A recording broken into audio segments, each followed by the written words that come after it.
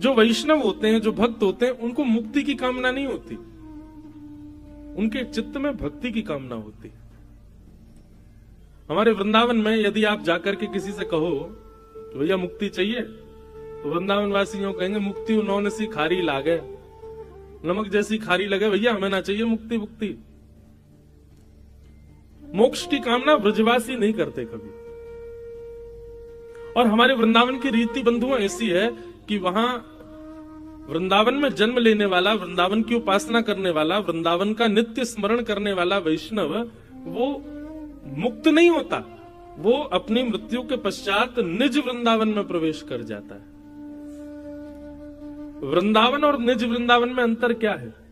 आप जिस वृंदावन का दर्शन करते हैं वहां बिहारी जी बैठे हैं, राधा वल्लभ जी बैठे हैं, राधा रमण जी बैठे हैं, गोवर्धन नाथ के दर्शन है, यमुना जी बह रही हैं, संत रसिक जन अपनी अपनी कुटियाओं में बैठे कीर्तन कर रहे हैं, हजारों लाखों की तादाद में वैष्णव दर्शन कर रहे हैं, ये आज का वृंदावन है।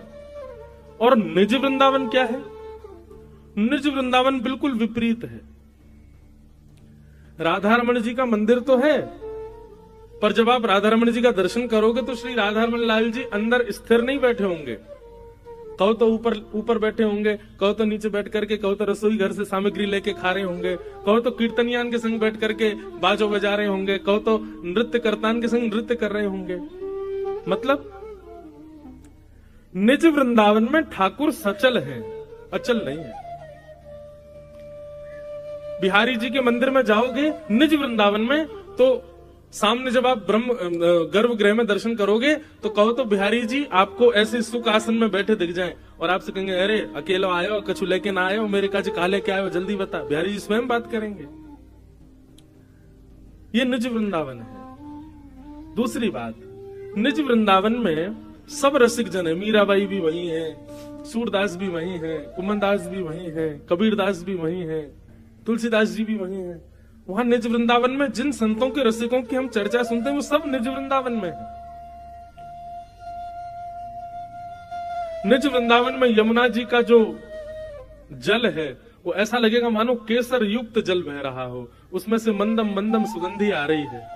निज वृंदावन के जो रज कण हैं वो किसी मणि से कम नहीं है।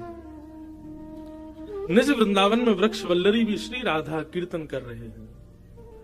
हमारे वृंदावन की रीति ऐसी है कि वृंदावन में जिसका जन्म होता है या फिर वृंदावन में जो प्राण त्यागता है उसको निज वृंदावन की प्राप्ति होती है, वो निज वृंदावन में जाता है। और एक बार मुझसे किसी वैष्णव ने पूछा, महाराज जी आप वृंदावन में जन्म लेना और वृंदावन में मृत्यु पाने को इतना श्रेष्ठ बताते हैं, लेकिन जो व्यक्ति वृंदावन में जन्म तो लिया या फिर प्राण वृंदावन में निकल गए पर उसके जीवन में भक्ति नहीं थी, भजन नहीं था, श्री जी की सेवा उसने नहीं की, ठाकुर जी का कभी यजन नहीं किया, उसको क्या प्राप्त होगा? उसको मौका प्राप्त होगा। एक और बार ठाकुर जी उसको एक चांस प्रदान करेंगे, मौका देंगे, जाओ एक बार और तुम जन्म लेकर के प्रयास करो। वृंदावन में जन्म और मृत्यु पर यदि व्यक्ति के स्वभाव, गुण और उसके व्यवहार में भक्ति ना हो और ऐसे व्यक्ति का यदि वृंदावन में प्राण त्याग दे या वृंदावन में उसका जन्म हो जाए तो ऐसे व्यक्ति को मृत्यु के बाद ठाकुर जी एक अवसर और देते हैं। एक अवसर और तुमको दे रहे हैं, एक बार और तुम जाओ, जन्म लो, वृंदावन की उपासना करो, और अब की बार यदि हमारी भक्ति नहीं करी तो तुमको नरक जाना पड़ेगा, तो तुमको संसारी लोगों की तरह 84 लाख योनियों में भटकना पड़ेगा। तो वृंदावन की तो बात ही अलग है, वो तो परे है, उसकी चर्चा ही अलग है। इसलिए वृंदावन की चर्चा होती है तो मैं अलग से 3-4 दिन का ही क्रम करता हूं, क्योंकि वृंदावन स्वयं ऐसा विषय है जिस पर 7 दिन बोला जा सकता है, अद्भुत है। सीधी बात, हम एक बात हाथ जोड़ के कहें, वैष्णव जो है वो कभी मुक्ति की कामना नहीं करता। स्वर्ग तो बहुत दूर की बात, स्वर्ग किसे कहते हैं? स्वर्ग जाना कोई अच्छी बात नहीं है बंधु। आप लोग यदि ये सोचते हैं कि मृत्यु के बाद स्वर्ग मिलना बहुत श्रेष्ठ है, नहीं। क्षीणे पुण्य मर्त लोकम विशंति। स्वर्ग एक प्रकार का 5 स्टार 7 स्टार या उससे ऊंचा बढ़िया कोई होटल कह लो तो वो स्वर्ग है। आप यहां पुण्य करते हैं, उस पुण्य के बदले मृत्यु के बाद आपको वो स्वर्ग प्राप्त होता है। जितना आपने पुण्य किया उस पुण्य के बदले आप स्वर्ग में रहोगे, जी के पास ही रहता है। इसलिए स्वर्ग, कई लोग घरों में किसी मृतक व्यक्ति के चित्र के नीचे भी स्वर्गवासी लिखते हैं। स्वर्ग कोई श्रेष्ठ नहीं है जाना, स्वर्ग जाने वाले का पुनर्जन्म होता है, पर वैकुंठ और मुक्ति प्राप्त करने वाले का पुनर्जन्म नहीं होता। और एक बात आपको बता दें, वैसे तो ये प्रश्न है कि हम मानवों के जीवन का उद्देश्य क्या है, कभी पूछा खुद से हमारा उद्देश्य क्या, हम जी क्यों रहे हैं? खाने के लिए, सोने के लिए, हंसने के लिए, एक दूसरे की टांग खींचने के लिए, धन कमाने के लिए, प्रॉपर्टी बनाने के लिए, बच्चों के ब्याह करने के लिए, और फिर मर जाने के लिए, और फिर दोबारा किसी और जगह जन्म लेने के लिए, यही उद्देश्य है हमारा? नहीं। मानव का उद्देश्य क्या है? ऐसे तो भक्तों के तो अनेक उद्देश्य हैं, पर एक सामान्य मानव का उद्देश्य कहें तो ऐसे कर्म करे कि पुनर्जन्म न विद्यते, उसका पुनर्जन्म ना हो। नरक से भी ज्यादा कष्टदायी यदि कुछ होता है तो वो होता मातृगर्भ, और वो भी मानवों के गर्भ में आए हो तो बहुत अच्छी बात है, लेकिन किसी सूकर कुकर आदि किसी के गर्भ में गए, कितना दर्दनाक होता होगा, कैसे जीता होगा वो जीव। भागवत के कपिल देवोती संवाद में भगवान कपिल कहते हैं सबसे ज्यादा कष्ट पाता है जीव। जीव किसको कहते हैं? जब तक वो बालक नहीं बनता तो मातृगर्भ में जो अणु होता है उसको जीव कहते हैं। उससे ज्यादा कष्ट दुनिया में कोई नहीं पाता, भयंकर कष्ट में रहता 9 महीने तक। तो ऐसी क्रिया करना कि पुनर्जन्म न विद्यते, ये एक सामान्य मानव का कर्तव्य है, ये उद्देश्य है हमारे जन्म का। मैंने कल भी कहा था, मानव जन्म क्या है? मौका, अवसर, इसको गवाओ नहीं, इसका साफल्य प्राप्त करो। पर वैष्णव मुक्ति भी नहीं मांगते। उसके पीछे मैं कारण बताया करता हूं। मैंने इतनी कथाएं करी, आपने इतना भजन किया, इतनी आपने नाम जप किए, इतनी आपने सत्कर्म किए, और इन सब के बाद आपको मुक्ति मिली। जैसे ही आप मुक्त होकर वैकुंठ पहुंचे तो वैकुंठ में आपको एक चेयर दी गई, भैया यहां बैठो, ये आपका स्थान है। आप उस स्थान पर बैठ गए तो आपने थोड़ी नजर घुमा के देखा, भाई और किस किस को मुक्ति मिली जरा देखूं तो। तभी आपकी दृष्टि पड़ी, थोड़ी दूर पर 10 मुख वाला रावण भी बैठा था, उसको भी मुक्ति मिल गई है। इधर आपने देखा तो यहां पर राक्षसी पूतना भी बैठी थी, इसको भी मुक्ति मिली है। शूर्पणखा भी व्यक्ति बैठी है, हिरण्यकश्यप भी बैठा है, शिशुपाल दंतवक्र भी बैठे। तब आपके मन में आया, अरे हमने तो इतना भजन किया, इतना दान पुण्य किया, इतनी कथाएं सुनी, इतना वृंदावन वास किया, इतना सत्कर्म किया, इतनी मेहनत परिश्रम करने के बाद हमको मुक्ति मिली, और ये दुष्ट राक्षस गण भी यहाँ बैठे हैं, क्यों? इनको मुक्ति क्यों मिली? क्योंकि भगवान के हाथों मरे। और मानस जी में गोस्वामी जी कहते हैं, भाव कुभाव अनख आलस हो, नाम जपत मंगल दिश दश हो।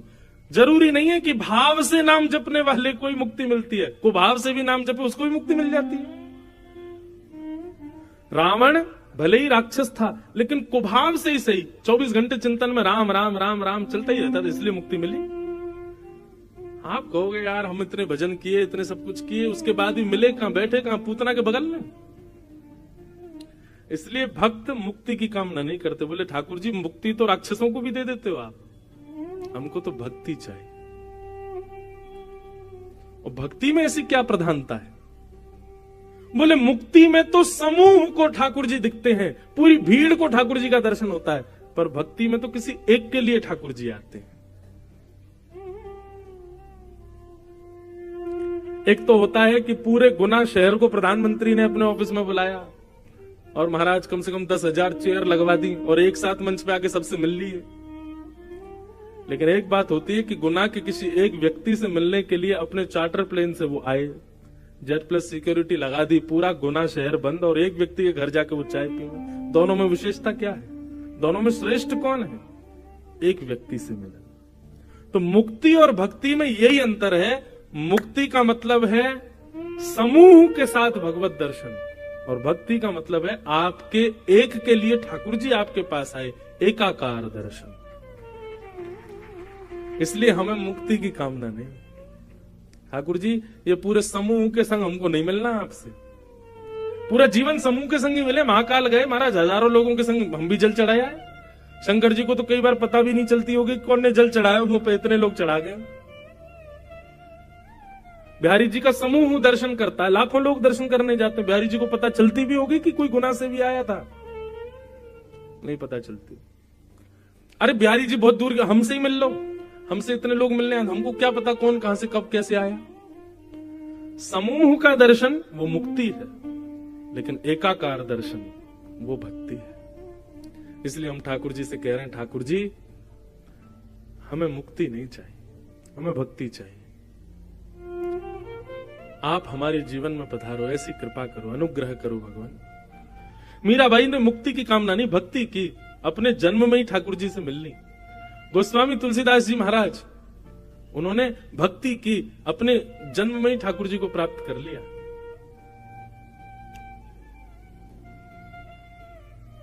बादशाह अकबर की एक पत्नी थी, उसका नाम था ताज बेगम। क्या नाम था? सब लोग इधर देखो, क्या नाम था? ताज बेगम। तो पहली बार दर्शन करने के लिए ताज गई हैं, विराज।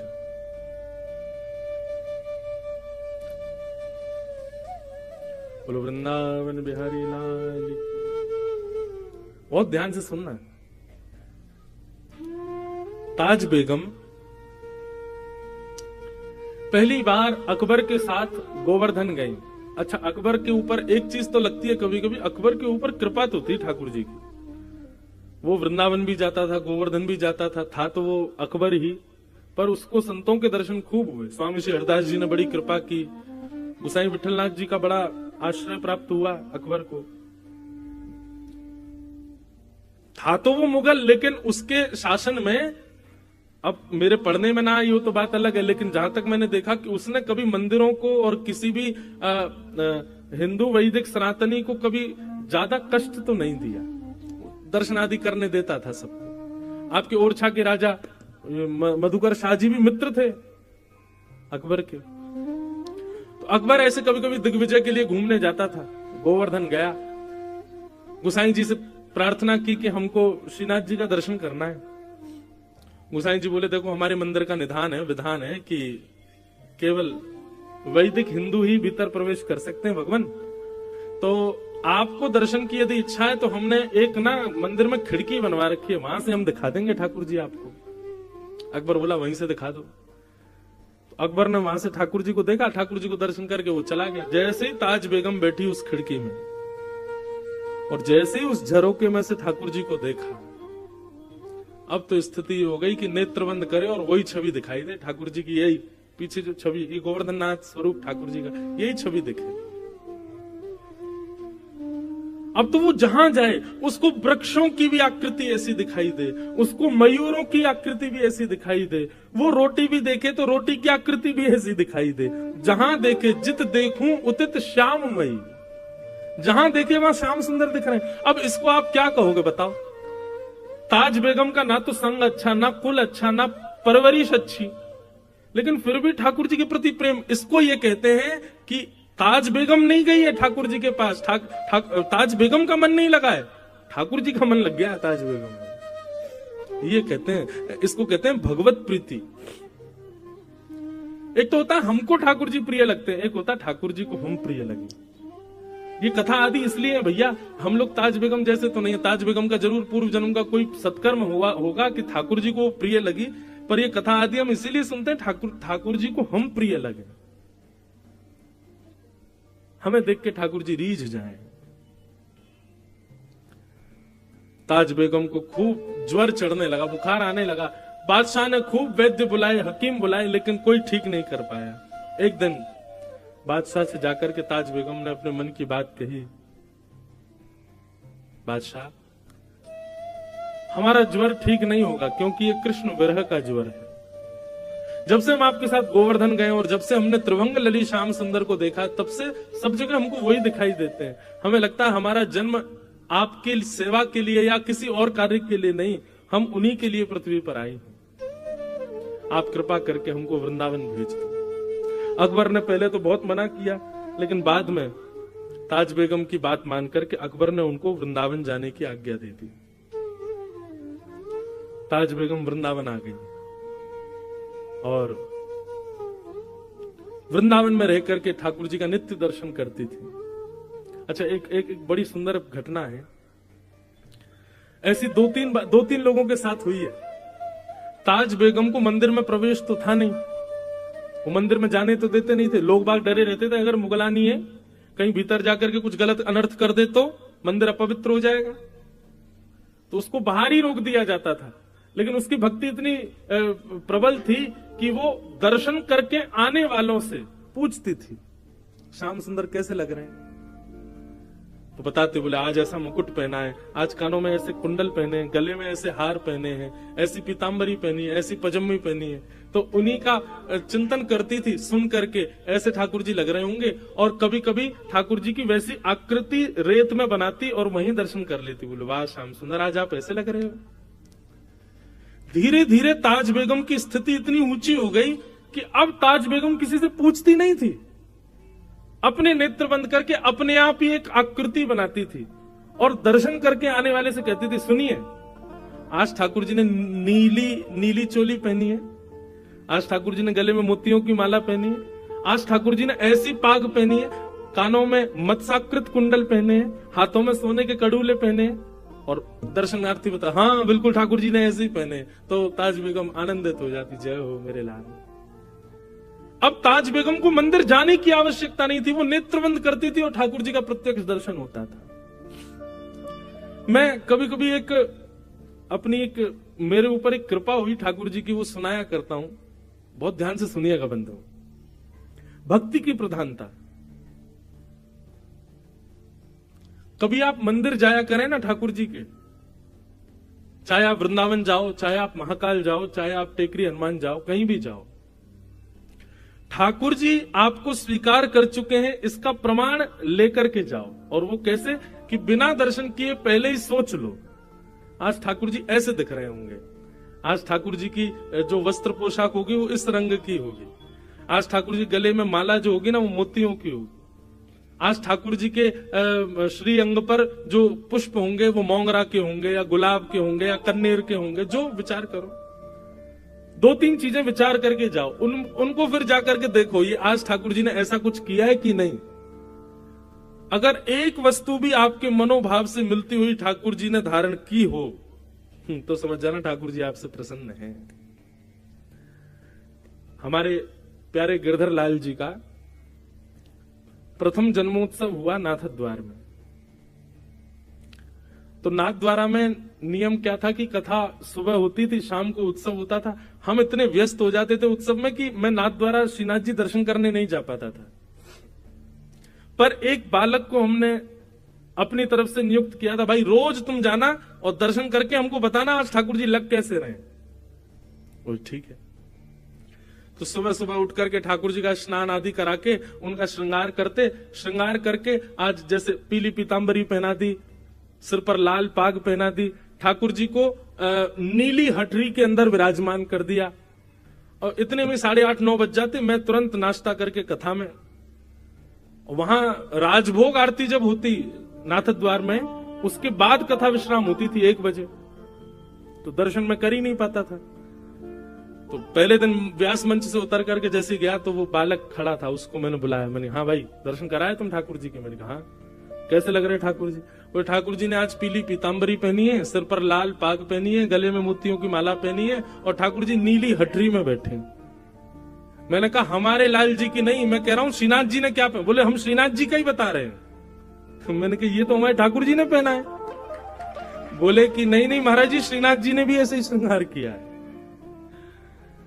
मैंने कि भाई पहले दिन तुक्का लग सकता है, दूसरे दिन देखते हैं कुछ होता है कि नहीं।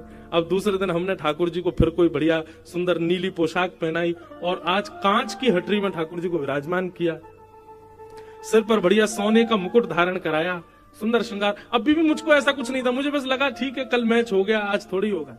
कथा करने गए, कथा करने के बाद मंच से उतर के मन, हाँ भाई आज श्रीनाथ जी कैसे लग रहे हैं? बोले महाराज जी आज ठाकुर जी ने सोने का मुकुट पहना है, ठाकुर जी कांच की हटरी में बैठे हैं, ठाकुर जी ने आज लीली पोशाक धारण करी है। अब तो ये सुनकर के मेरे हाथ पांव कांपे, बस नाचने का मन करे। मैंने कहा सच बता भाई, तुम हमारे लाल जी को तो नहीं देख के आया? बोले नहीं नहीं, आपके लाल जी का मैंने दर्शन नहीं किया, मैं श्रीनाथ जी को देख के आया हूं। मैंने कहा चल 2 दिन तो मिल गए। मैंने कहा कुछ ठाकुर जी संकेत तो नहीं कर रहे? बोले पता नहीं महाराज जी।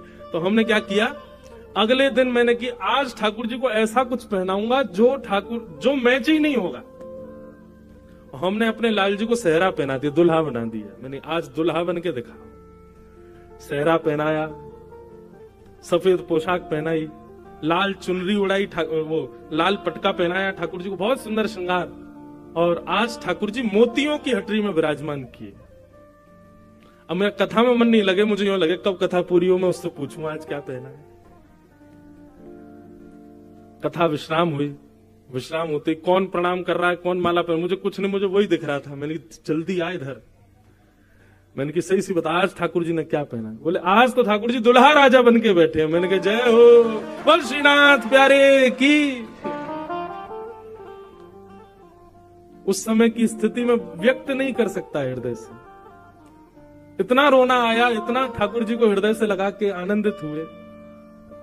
जय हो ठाकुर जी, आज ऐसा लगा कि मानो उत्सव आपने स्वीकार किया। हम अपने ठाकुर जी का श्रृंगार करते और वो श्रृंगार अपने आप वहां श्रीनाथ जी का भी वैसा ही होता। यह है भक्ति। और ऐसे स्वीकारीकरण ठाकुर जी व्यक्त करते हैं। तो आप कभी कभी वृंदावन आते हैं, पहले ही सोच लिया करो बिहारी जी आज अगर आपने ऐसा कुछ पहन रखा होगा तो हम समझ जाएंगे आप हमसे प्रसन्न हो।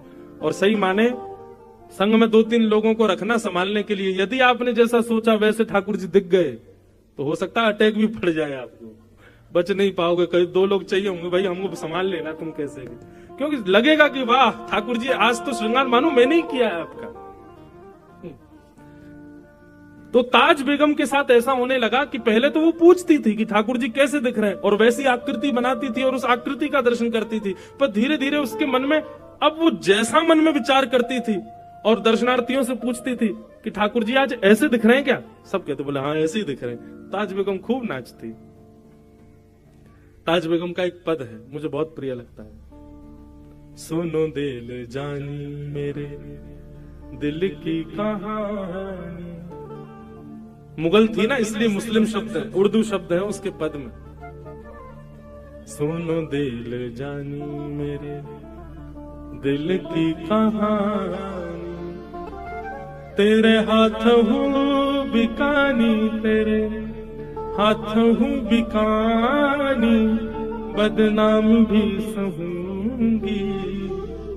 सुनो दिल जानी मेरे देव पूजा खानी में, नवाज हूँ भुलानी तजे, कमला पुराण तेरे गुणन गहूंगी मैं। सुन दिल जानी दिल की कहानी, तेरे हाथ हूँ बिकानी, तेरे हाथ हूँ बिकानी, बदनाम भी सहूंगी। सुन दिल जानी नंद के कुमार कुर्बान तेरी सूरत पे, नंद के कुमार कुर्बान तेरी सूरत पे, हो तो मुगलानी हिंदुआनी रहूंगी। सुनो दिल जानी दिल की कहानी, तेरे हाथ हूँ बिकानी, तेरे हाथ हूँ बिकानी, बदनाम भी सहूंगी। सुनो दिल जानी सांवला सलोना सिर ताज सिर कूले दे, सांवला सलोना सिर ताज सिर कूले दे, तेरे नेह दाग में निदाग हूँ कहूंगी। सुन दिल जानी दिल की कहानी, तेरे हाथों बिकानी बद नाम भी सहूंगी, सुन दिल जान।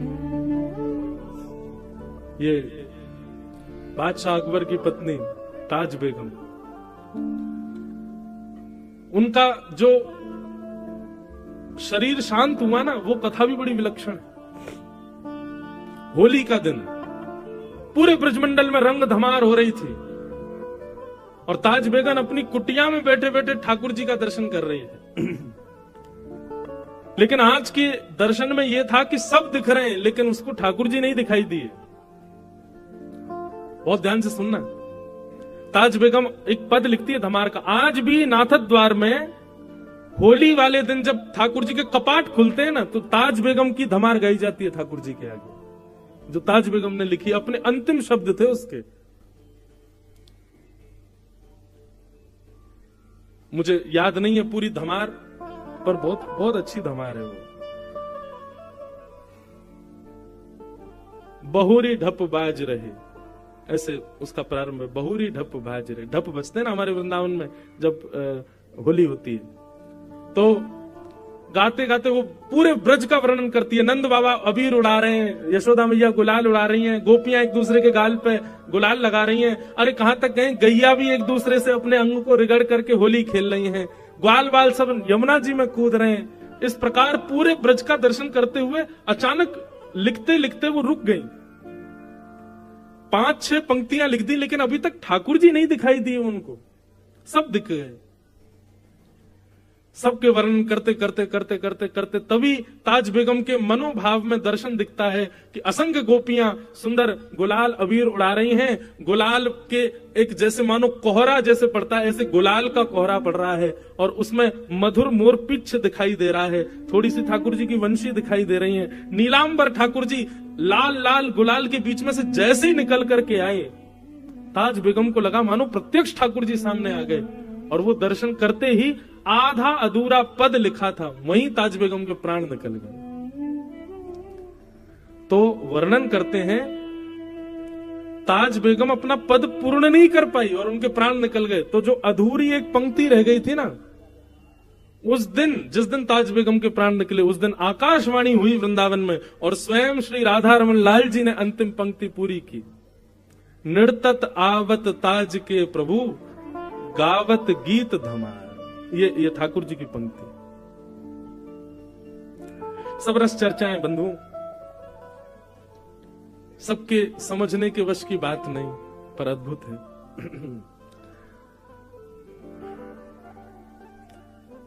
परीक्षित जी महाराज से सुखदेव जी ने कहा कि सुखदेव परीक्षित, तुम भक्ति की कामना करो, और सृष्टि का प्रसंग सुनाया। सृष्टि का प्रसंग सुनाते हुए कल हमने सुना कि महादेव ने सृष्टि की, कैसी सृष्टि की सबको पता है। तत्पश्चात ब्रह्मा जी ने अपने अंग के 2 हिस्से किए और बाम अंग से सतरूपा, दाहिने अंग से स्वयंभू मनु प्रकट हुए। स्वयंभू मनु सतरूपा के 3 पुत्री और 2 पुत्र हुए। आकुति, देवहूति, प्रसूति 3 बेटी और 2 पुत्र प्रियव्रत और उत्तानपाद। अब इन्हीं के प्रसंग में ही आगे का क्रम पूरा चलेगा। इसी बीच में भगवान बराह प्रकट हुए, उन्होंने पृथ्वी की रक्षा करके पुनश्च उसको विद्यमान किया, हिरण्याक्ष का वध किया। हिरण्यकश्यप ने उसी दिन से तपस्या प्रारंभ कर दी ठाकुर जी से युद्ध करने के लिए। तो पृथ्वी पर प्रथम मानव के रूप में स्वयंभू मनु पधारे और स्वयंभू मनु की 3 पुत्रियों में से एक पुत्री की कथा अब यहां से प्रारंभ होती है, जिनका नाम है देवहूति। और देवहूति के वहां भगवान कपिल के रूप में पधारे। बड़े ध्यान से कथा सुनिएगा। एक ऋषि हुए जिनका नाम था कर्दम ऋषि। कर्दम ऋषि ने 1000 वर्ष तक तपस्या की। ये ब्रह्मा जी की छाया से प्रकट हुए थे और 1000 वर्ष की तपस्या करने के बाद जब ठाकुर जी प्रसन्न हुए, भगवान ने कहा वरदान मांगो, वर मांगो, क्या चाहिए। तब कर्दम ऋषि ने भगवान से क्या मांगा, बहुत सुंदर बात,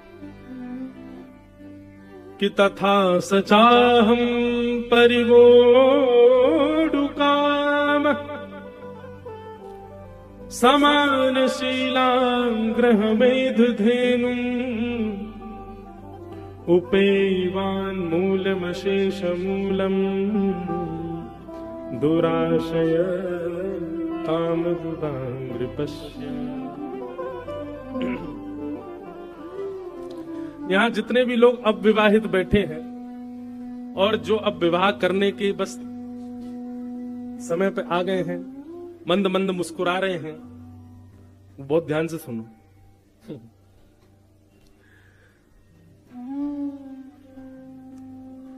देवभूति माता ने कर्दम ऋषि की प्राप्ति की, लेकिन उसके लिए कर्दम ऋषि ने तपस्या की। यह पहली बार सुनने में आया कि किसी व्यक्ति ने विवाह के लिए तपस्या की। और एक बात कहें, करनी भी चाहिए। जीवन का सारा परिवर्तन हो जाता है विवाह के बाद। वास्तव में कहा जाए तो कोई अतिशयोक्ति नहीं, आप बस प्रारंभिक जी रहे थे जब तक विवाह नहीं हुआ। विवाह होने के बाद तो असली जीवन प्रारंभ होता है। आप सब लोग इस बात में ज्यादा अनुभवी हैं। हमको तो गुरुजनों का अनुभव है, वैसे तो अनुभव नहीं है। तो गुरुजनों के जो भागवत आदि ग्रंथों में जो वर्णित है उसका अनुभव है, और उसके अनुभव के अनुसार व्यक्ति का जीवन ही प्रारंभ विवाह के बाद होता है। विवाह का मतलब क्या होता है? विशेष प्रकार का भार, उसी को विवाह कहा गया। तो कर्दम ऋषि ने भगवान की तपस्या की, और तपस्या करते हुए ठाकुर जी ने जब कहा कि वरदान मांगो, क्या चाहिए? तो कर्दम ऋषि कहते हैं जो मांगेंगे सो दोगे आप। भगवान बोले निश्चित देंगे, मांगो क्या चाहिए। तब कर्दम ऋषि कहते हैं तथा सचाहम परिवोढु काम समानशीलां ग्रहमेधधेनुम्। सब लोग सावधानी से सुनो। हे भगवान, मैं आपसे जितना प्रेम करता हूं, मुझसे भी कई अधिक आपसे प्रेम करने वाली एक कन्या से मेरा विवाह हो जाए, ऐसी कृपा मुझ पर कर दो। समझ में आई बात? हे नाथ, मैं आपसे जितना प्रेम करता हूं, मैं आपकी जितनी सेवा करता हूं, मैं आपका जितना यजन करता हूं, मुझसे भी कई गुना ज्यादा आपसे सेवा करने वाली, आपसे प्रेम करने वाली, आपका यजन करने वाली एक कन्या से मेरा विवाह हो जाए, इसी के लिए मैं 1000 वर्ष से तपस्या कर रहा हूं। तो भगवान पहले तो हंसे। भगवान बोले वाह, ये क्या मांग रहे हो आप हमसे? बोले ठाकुर जी, मांगनी तो आपसे भक्ति चाहिए, लेकिन अगर मैं गृहस्थाश्रम में भक्ति मांग रहा हूं तो क्या बुराई है? ऐसी पत्नी मिल जाए जो आपकी भक्ति करे, बस ये कृपा करके दे दो। तो भैया जितने भी अविवाहित बैठे हैं, निश्चित है कि कथा में बैठे हो तो आप सब भक्त हो, और विवाह के बाद सबको इच्छा है कि हमारे जीवन संगी जो हमें वो भी भक्त हमें। तो कर्दम ऋषि का ये जो श्लोक है इसको नित्य गाया करो, ठाकुर जी से प्रार्थना किया करो। तथा सचाहम परिवोढु काम समानशीलां ग्रहमेधधेनुम्। भगवान प्रसन्न हो गए, और प्रसन्न होकर के ठाकुर जी ने कर्दम ऋषि से कहा ठीक है कर्दम ऋषि, आप चिंता मत करो, परसों स्वयंभू मनु की बेटी देवभूति के साथ आपका विवाह होगा। वो आपसे भी ज्यादा मेरा भजन करती है, आपसे भी ज्यादा मेरा यजन करती है, आपसे भी ज्यादा मेरा चिंतन करती है।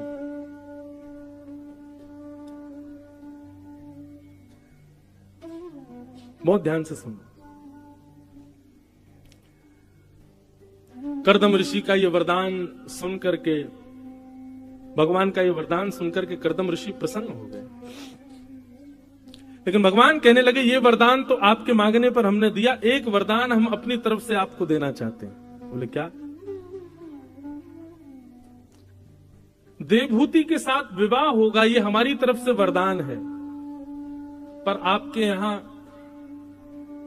पुत्र के रूप में हम ही जन्म लेकर के आएंगे। ये हमारी तरफ से अलग से एक वरदान है।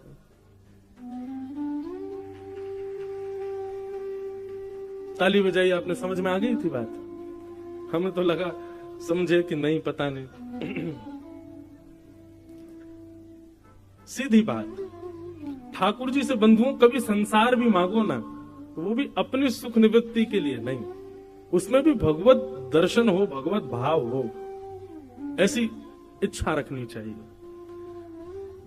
घर में गाड़ी आ जाए, अगर ये इच्छा है ठाकुर जी से, तो आप ये मत कहो ठाकुर जी घर में गाड़ी आ जाए ना, हे ठाकुर जी आपको इधर उधर ले जाने के लिए बढ़िया रथ घर में आ जाए, तो फिर गाड़ी भी भक्ति भाव से ही आएगी।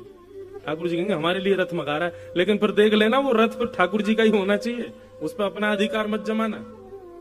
ए ठाकुर जी गुना में बढ़िया एक घर बन जाए हमारा, आप छोटे से घर में रहते हैं, आपके लिए भव्य एक महल जैसा बने, ऐसी कोई कृपा करो, तो ठाकुर जी बनवाएंगे।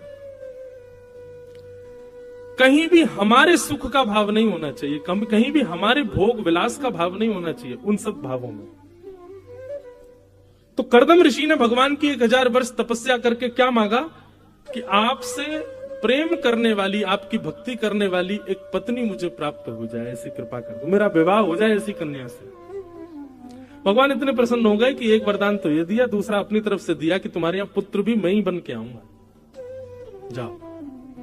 और कर्दम ऋषि का विवाह देवभूति जी के साथ हुआ। विवाह के पश्चात कर्दम ऋषि 60 वर्ष की समाधि में चले गए। समाधि से जब उठे तो देवभूति वृद्ध हो गई। तब देवभूति को बिंदु सरोवर में स्नान कराया, तब वो नवीन रूप में प्रकट हुई। तब उन्होंने कामक विमान बनाया और उस कामक विमान में भ्रमण के पश्चात 9 पुत्रियों को जन्म दिया देवभूति माता ने। ये 9 पुत्रियां ही 9 भक्ति हैं। 9 पुत्रियों का विवाह कर दिया। कर्दम ऋषि कहने लगे देवी अब गृहस्थाश्रम पूर्ण हो गया, अब मैं वन में जाके भजन करूंगा। देवभूति माता बोली बेटियां अपने घर चली गई, आप वन में चले जाओगे, मैं अकेली कहां जाऊंगी। एक पुत्र होता तो उसके सहारे पूरा जीवन जी लेती। तब कर्दम ऋषि को याद आया कि ठाकुर जी ने उनको वचन दिया है कि वे उनके यहां पुत्र बन करके आएंगे। तब 10वीं संतान की उत्पत्ति हुई और 10वीं संतान के रूप में भगवान कपिल का आगमन हुआ। बोलो कपिल भगवान की। सांख्य शास्त्र के प्रणेता, दर्शन शास्त्र के उद्गाता, जिन्होंने पूरे विश्व को दर्शन शास्त्र प्रदान किया, ऐसे भगवान कपिल का आगमन हुआ। कपिल भगवान धीरे धीरे बड़े हो गए। देवभूति माता ने एक दिन विचार किया कि ये मेरे पुत्र हैं पर भगवान भी तो हैं, क्यों ना अपने जीवन की जरूरी कुछ संवाद इनके साथ में मैं करूं। तब देवभूति माता ने कपिल भगवान के साथ संवाद किया। इसी को कपिल देवभूति संवाद कहते हैं। बहुत ध्यान से सुनिएगा, बड़ा गंभीर प्रसंग है, पर जितनी हरी इच्छा होगी हम कहेंगे। देवभूति माता ने पहला प्रश्न किया भगवान से। अच्छा बंधुओं, कभी आपने एक बात विचार की अपने मन में? कभी मान लीजिए कि कभी ठाकुर जी आपको मिल गए, आप क्या करोगे फिर? कभी प्रत्यक्ष हनुमान जी आपके सामने प्रकट हो गए, क्या करोगे? महाराज जी पांव छू लेंगे, और क्या करोगे? कुछ विचार किया ही नहीं, क्योंकि हमको ये विश्वास ही नहीं है कि ठाकुर जी हमको मिलेंगे, इसलिए हमने कभी विचार ही नहीं किया। श्रीमद् भागवत के कम से कम हमने 10 श्लोक छांट करके रखे। कभी अगर हमारे ठाकुर जी हमको प्रत्यक्ष मिल गए तो ये 10 प्रश्न हम ठाकुर जी से करेंगे। अब हमारे प्रश्न हमारे गोपनीय, हम सबको क्यों बताएं, लेकिन आप भी विचार किया करो। कभी प्रत्यक्ष राम जी आ गए सामने, प्रसन्न होके आपसे, क्या करोगे? क्या पूछोगे? वो बात एक अलग हो जाती है कि सुध बुध नहीं रहेगी, करोगे कुछ होगा, कुछ आदि आदि, वो सब एक अलग बात है। वो आपकी तन की स्थिति देहाभिमान हो जाएगी, वो एक भक्ति की परिणति है। लेकिन ठीक है, ठाकुर जी कम से कम 5-6 घंटे के लिए आए, 1-2 घंटे थोड़े अव्यवस्थित रहोगे, लेकिन 2-3 घंटे बाद तो थोड़ी सुध आएगी। ठाकुर जी अपने बगल में बैठाएंगे, कहेंगे भैया कुछ कहो, इतना हमारा भजन करते हो, कुछ बोलो। क्या बोलोगे? सोच के रखा है कभी? नए नए प्रेम करने वाले जब मिलते हैं तो प्रेमी पहले से विचार कर लेता मैं क्या बोलूंगा। विवाह से पहले ही पति पत्नी विचार कर लेते, मैं पत्नी से बोलूंगा, पत्नी पति के लिए सोच लेती है बोल। लेकिन कभी ठाकुर जी के लिए हमने क्यों नहीं सोचा? क्योंकि हमको विश्वास ही नहीं है कि वो हमको मिलेंगे। ये विश्वास पहले जगाओ हृदय में, ठाकुर जी मिलेंगे, और मिलेंगे क्या चर्चा होगी। देवभूति माता ने जो भगवान से प्रश्न किए हैं ना, अद्भुत। देवभूति माता प्रश्न करते हुए कहती है, भगवान कि निर्वेणानितरां भूमन् असद इंद्रिय तर्षणा येन संभाव्यमानेन प्रपन्नादं तम प्रभु। देवभूति माता प्रश्न करती है, भगवान हम अपनी समस्त इंद्रियों की इच्छाओं को पूरी करते करते हार चुके हैं, पर हमारी इंद्रियों की इच्छाएं कभी पूरी नहीं होती। कृपा करके ऐसा कोई मार्ग बताओ कि हमारे चित्त में फिर कोई इच्छा ही ना प्रकट हो। आज इच्छा प्रकट हो गई रसगुल्ला खाने की, तो उसके पीछे पड़े, कैसे भी करके रसगुल्ला खाया जाए। इच्छा हो गई कि आज भेल खानी है, तो उसके पीछे पड़े। अब इच्छा हो गई घर बनाना है, तो घर बनाने के लिए धन कैसे कमाना, धन कमाने के लिए लगे हैं पूरे दुनिया में काम करने में।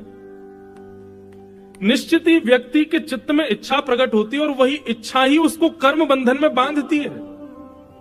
ठाकुर जी, ऐसा कोई उपाय नहीं है जिससे चित्त में कोई इच्छा ही प्रकट ना हो, क्योंकि इन इच्छाओं के मारे ही पूरी दुनिया में सब लोग भाग रहे हैं। लेकिन ये इच्छाएं भी पूरी नहीं होती। आपकी इच्छा थी बस घर बन जाए और कुछ नहीं, हमारा घर बन गया, घर में आ गए, उसी दिन दूसरी इच्छा जन्म ले लेती है, ये और हो जाए, वो भी हो गया, उसी दिन तीसरी इच्छा जन्म लेती है, ये और हो जाए। कभी भी किसी के साथ ऐसा कभी नहीं होता कि वो पूर्ण रूपेण स्थिर हो गया हो कि अब मेरी कोई इच्छा नहीं, कभी नहीं होता ऐसा। महाराज जी, अब कई जगह हमारी कथा होती है तो लोग बागों के अंदर मरकट वो आता है, मरकट वैराग्य। मरकट वैराग्य कैसा होता है, बहुत जैसे शमशान लोग जाते हैं ना अर्थी लेकर के, तो जब तक शमशान घाट जा रहे हैं तब तक वैराग्य रहता है। चिता में अग्नि लगी तब तक वैराग्य रहता है, जैसे ही अग्नि ठंडी नहीं होती उससे पहले वैराग्य खत्म। थोड़ी देर का वैराग्य, इसको मरकट वैराग्य कहते हैं।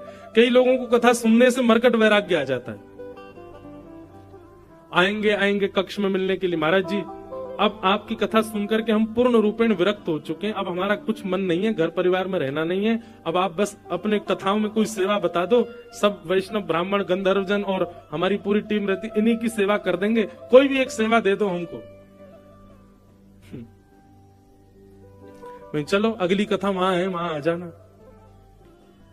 ठीक है महाराज जी, मैं बस एक चीज है, वो बेटा का ब्याह होने वाला है, उसका ब्याह करते ही आ रहा हूं। हाँ जी, 1-2 साल हो गए हमको, फिर मिले, मैंने हो गया बेटे का ब्याह? बोला हाँ महाराज जी बेटा का ब्याह हो गया, बहुत बढ़िया बहू आ गई। मैं तो चलो आओ अगली कथा, बंबई में पहुंचो वहां पे। बस महाराज जी वो बेटे के संतान होने वाली है, संतान होते ही आ रहा हूं बस मैं, बस फिर तो ये मन में भाव आ जाएगा भैया अब तो हम बाबा बन गए, अब तो जाना ही चाहिए। मैं ठीक है भैया। 2-3 साल बाद फिर मिल गए, मैंने कहा हाँ भाई आ जाओ अगली कथा गुना में हो रही है। मैंने क्या हुआ बेटे को? बोले बेटा हुआ है, अब स्कूल भी जाने लगा है। मैंने कहा अच्छा अब आ जाओ। बोले वो तो बाबा बोलता है महाराज जी, तो मन आता है कि बस अब कह रहा है बाबा बाबा बन गए आप, जाओ भजन करो। लेकिन हमारी बेटी का बेटा वो आके बोलता ना ना अभी मत जाओ, ना मना करता है। महाराज जी बस अब क्या है, जीवन में कुछ तो है नहीं, वो नाती और थोड़ा बड़ा हो जाए, उसका ब्याह भी हो जाए, फिर तो मैं आ ही जाऊंगा। भैया ये इच्छा कभी खत्म नहीं होने वाली। आपको लगता है कि मैं इसको भोग लूंगा, इसके बाद फिर कुछ भी मेरी इच्छा नहीं होगी, नहीं ऐसा नहीं है।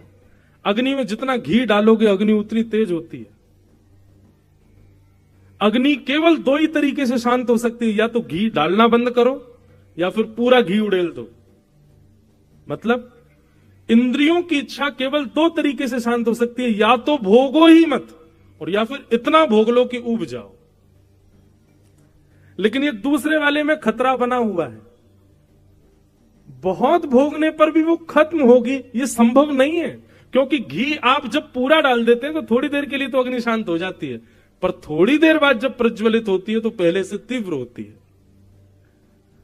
इसलिए एक ही उपाय है इंद्रियों की शांति का कि घी डालो ही मत अग्नि में, मतलब भोगो ही मत। इसलिए यहां पर देवभूति माता प्रश्न कर रही है, भगवान ये बंधुओं सांख्य शास्त्र है, फिलॉसफी है भागवत की, साधारण विषय नहीं सुन रहे हम लोग, कि ऐसा कोई उपाय बताइए जिससे मेरी इंद्रियां शांत हो जाएं। तो भगवान इसका उत्तर देते हुए बहुत सुंदर बात कहते कि चेता खलवस्य बंधाय रतं वा पुंसि मुक्तये गुणेषु शक्तं बन्धाय रतं वा पुंसि मुक्तये। भगवान कपिल कहते हैं, मां इंद्रियों की कोई इच्छा नहीं होती कभी भी। जीभ की इच्छा नहीं होती कि मुझे ये खाना है, हाथों की इच्छा नहीं होती कि मुझे ये स्पर्श करना है, पैरों की इच्छा नहीं होती कि मुझे यहां जाना है, नेत्रों की इच्छा नहीं होती कि मुझे ये देखना है। हाथ वही पकड़ेंगे जो आप पकड़वाओगे, पैर वहीं जाएंगे जहां ले जाओगे, मुख वही बोलेगा जो बुलवाओगे, नेत्र वही देखेंगे जो दिखाओगे। वास्तविक में इंद्रियों की कोई इच्छा नहीं है। इन इंद्रियों का अधिपति आपके चित्त के भीतर बैठा आपका मन, उसकी इच्छा होती है।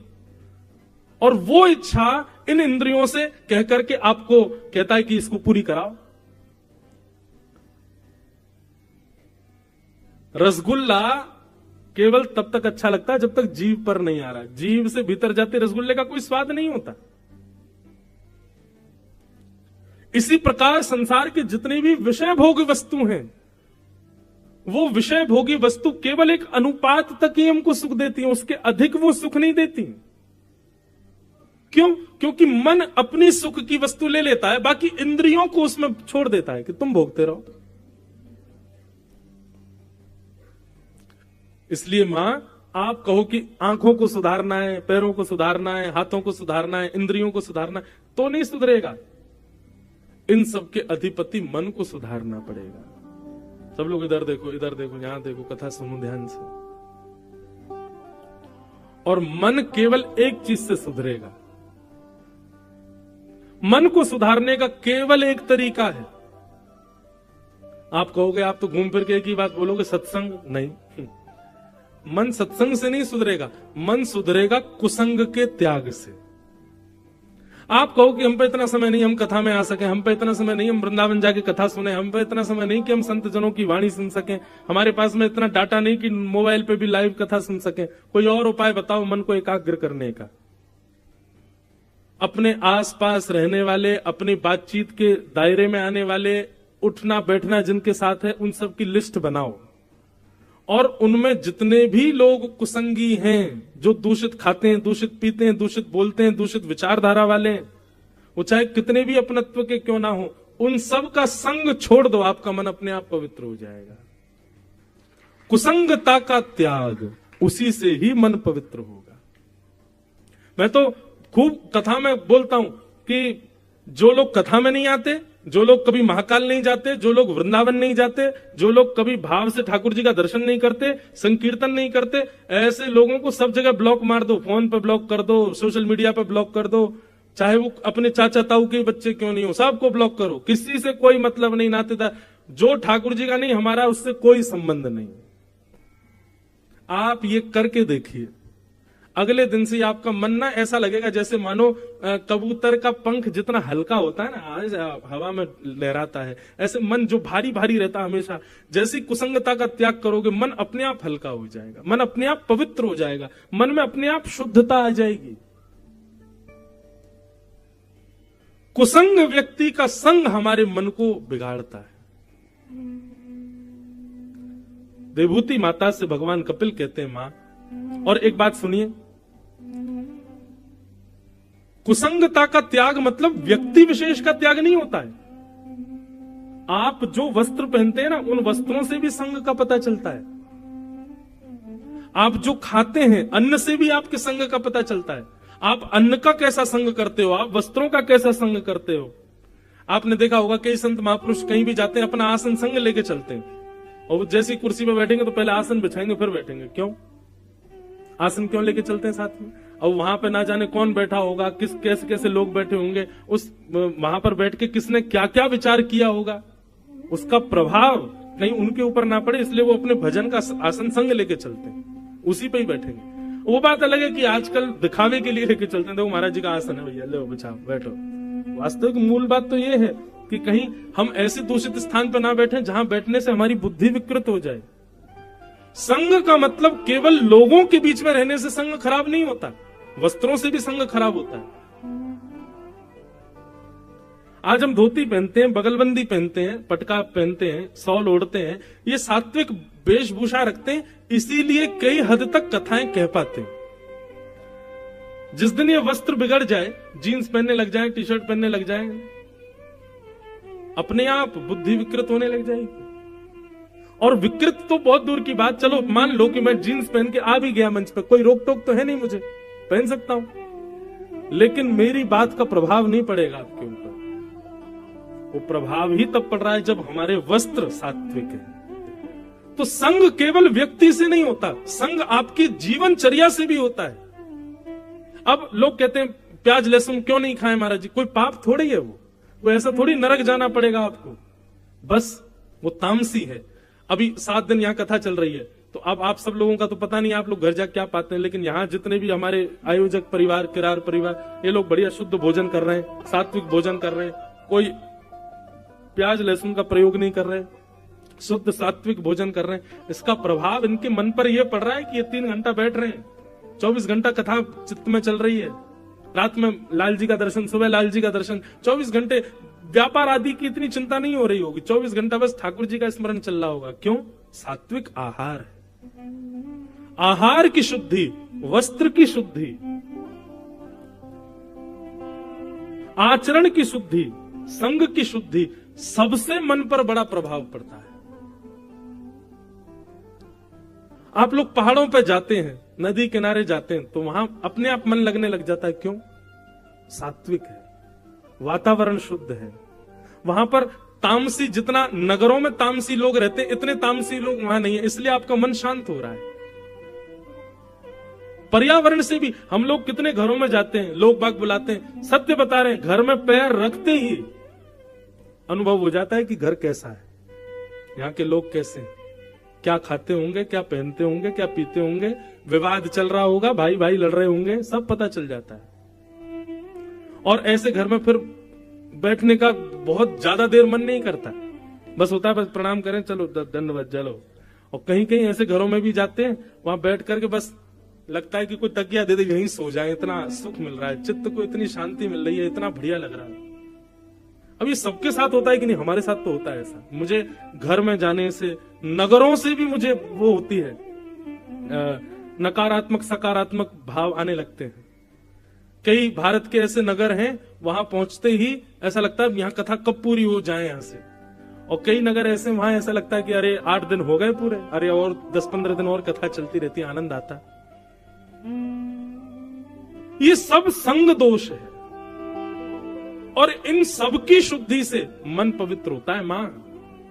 लेकिन हम इतना तो नहीं सुधार सकते कि भाई वस्त्र भी सुधार लें, सब कुछ सुधार, कम से कम इतना तो सुधार कर सकते हैं कि ऐसे व्यक्ति का संग त्यागो जो ठाकुर जी से संबंध नहीं रखता, जो ठाकुर जी की कथा से संबंध नहीं रखता। यहां से प्रारंभ करो। और भगवान कपिल कहते हैं, ये 5 लक्षण जिसमें हो उसका संग करो। कौन कौन से 5 लक्षण? कि तितिक्षवः कारुणिका सुहृदः सर्वदेहिनां, अजात शत्रवः शांता साधवः साधुभूषणा। बहुत ध्यान से सुनिएगा। सबसे पहला लक्षण बताया तितिक्षु।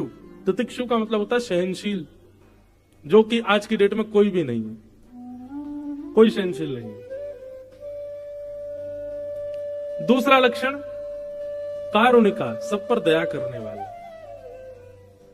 तीसरा लक्षण सुहृदः सर्वदेही नाम, सबका भला चाहने वाला।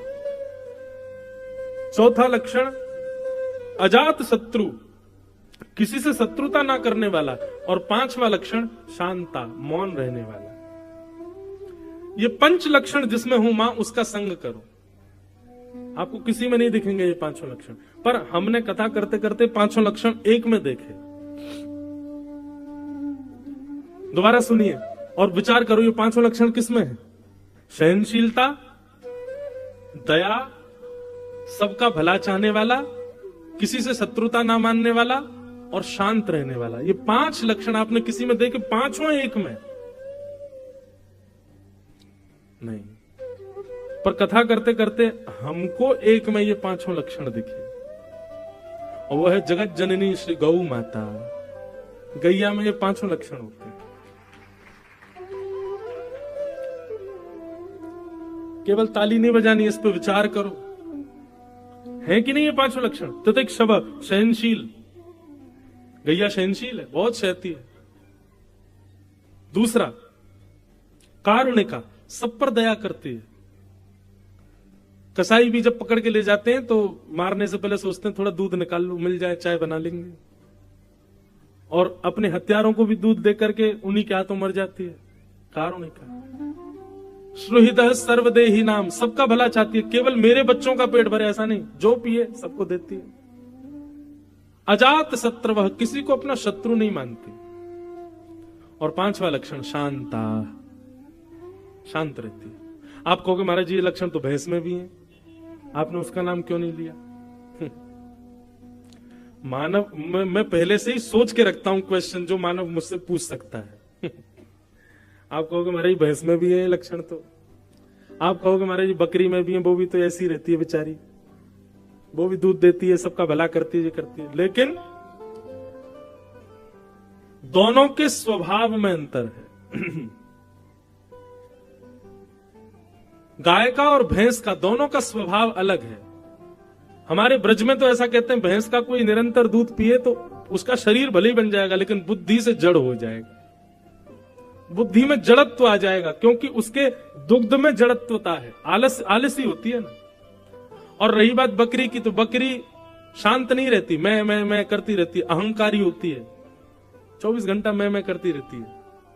लेकिन गाय शांत रहती है, शांता, शांत स्वभाव है उसका। स्वभाव के रूप में गौ माता श्रेष्ठ है। तो ये पंच लक्षण जिसमें दिखे मैया उसका संग करो। लेकिन ये पांचों लक्षण आपको किसी में ना दिखे तो अपने अंदर लाने का प्रयास करो। एक विचार और हमने किया कि ये पांचों लक्षण जो हैं यदि नीचे से हम लाना प्रारंभ करें तो हमारे अंदर ये पांचों लक्षण आ सकते हैं। जैसे कि अंतिम लक्षण बताया था शांत, मौन रहना प्रारंभ कर दो। आप मौन रहना प्रारंभ करेंगे तो आपके अंदर चौथा लक्षण अपने आप आ जाएगा। क्या? अजात शत्रु, किसी से शत्रुता नहीं होना। शत्रुता होती उन्हीं लोगों की जो बोलते बहुत हैं, तो कम रहते, बोलते शांत रहते हैं। ये सूत्र है, संस्कृत का व्याकरण का सूत्र है और हमारे शास्त्रों का सूत्र है कि मौने च कल हो नास्ति। मौन रहने वाले के कभी कलेश नहीं होते। कलेश होते ही उसके ज्यादा है जो बहुत बोलता है। इसलिए आप मौन रहना प्रारंभ करो, अपने आप होता जाएगा कि आपके शत्रु खत्म हो जाएंगे, अपने आप आपकी शत्रुता नष्ट हो जाएगी। तो मौन रहने से ये चौथा लक्षण आ जाएगा। चौथे लक्षण से तीसरा लक्षण